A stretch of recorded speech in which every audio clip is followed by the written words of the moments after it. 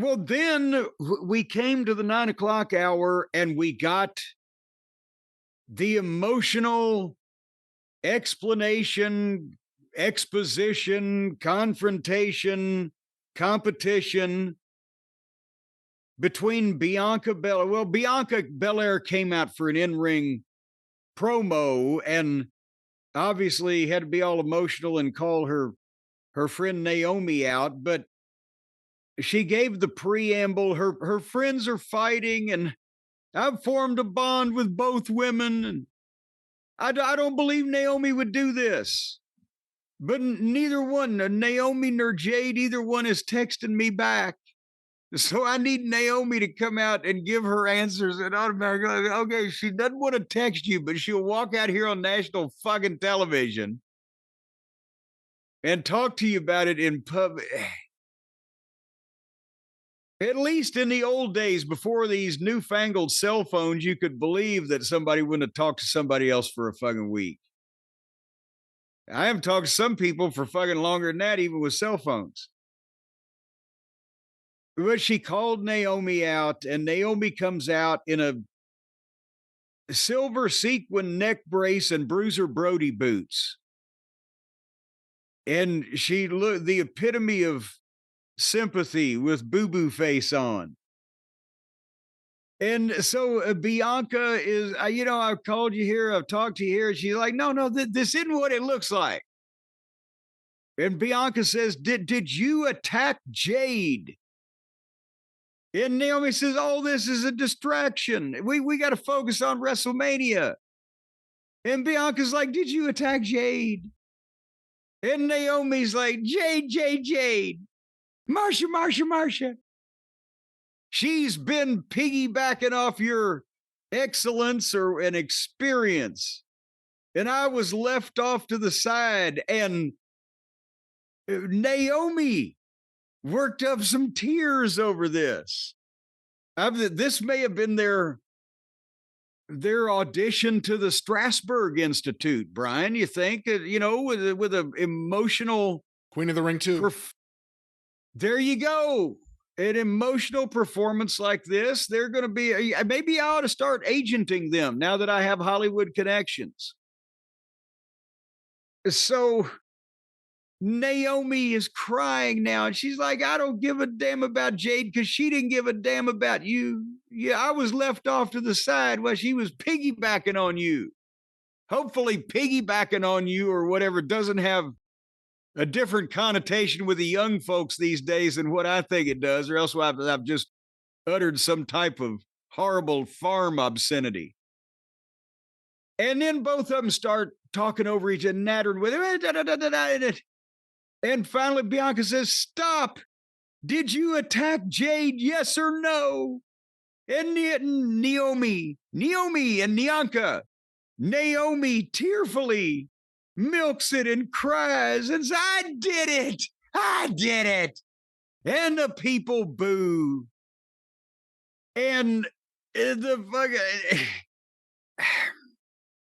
I like it when emotion is shown in professional wrestling, but I'm not sure that I need to see two young ladies recreate a scene from a Lifetime movie of some description. But then Naomi's like, I did it for you. And now Bianca's crying too. Maybe they got onions and rubbed them underneath their fucking, or some Vicks Vapor Rub. And it's Dr. Phil here, where Bianca said, me and you are done. Naomi said, because of her, I did it for you. I did it all for you. And Bianca walks out crying. And Naomi, God damn it. Naomi, I'm so emotional, Brian.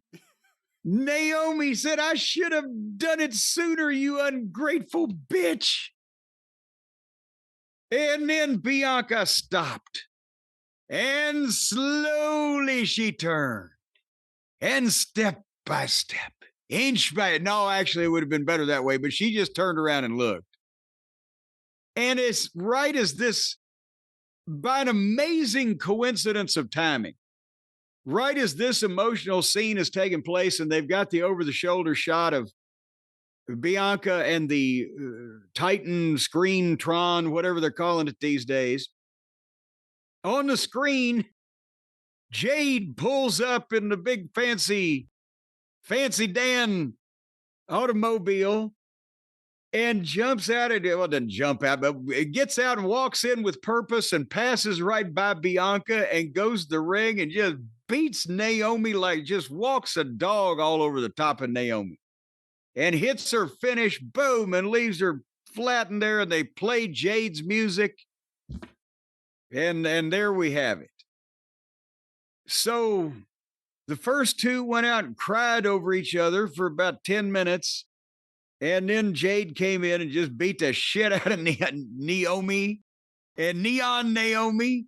And Bianca didn't give a shit. Well, she didn't do anything about it. I hate it when these poor young ladies just become all sideways with each other. I thought a few times here, what if this ends up being like a double switch where, well, I don't know if that's even the proper term, where Bianca also turns. It was an idea to somehow get Jade. But they didn't even do that because Bianca and Naomi both wore black. Jade came out in white. I was trying to think, and Bianca was dressed like she was in mourning. Yeah, but you are trying to impart some kind. It's all coinkydink, Brian. It's all total coinkydink. When these women's colors mirror some type of foreshadowing of a turn or whatever, they're just wearing whatever they look fashionable in. Yeah, you're reading some kind of deep thought that their wells are not that deep, that they're going to be tying all of these emotions to the color of their wardrobe at this point. I'm sorry to say. But I actually liked this segment, and yeah, it went a while, and yeah, it was emotional, but it was a different kind of thing than we usually see. It was very emotional. They were both crying as their friendship dissolved. Normally, it's the men's roster in AEW that goes out and cries. I was surprised that Jade, for the second time, just came out and kicked the shit out of Naomi, and that was it. Like, that was it. That was the end of the segment. I'm going to kick the shit out of her, and that's it. Let's go to the next thing. That's 2 times in a row. I mean, are they going to do a match after she kicked the shit out of her twice? I think that I don't think that Bianca is going to switch heel. I'm pretty sure Jade, which is her real name now. Goddamn, I kayfabe myself. Jade probably is of some description because she's being awful fucking violent about this. But Naomi she would be a heel based on having been the one to orchestrate this, but I don't really know where they're going. But I'm thinking that Bianca is not going to be a heel.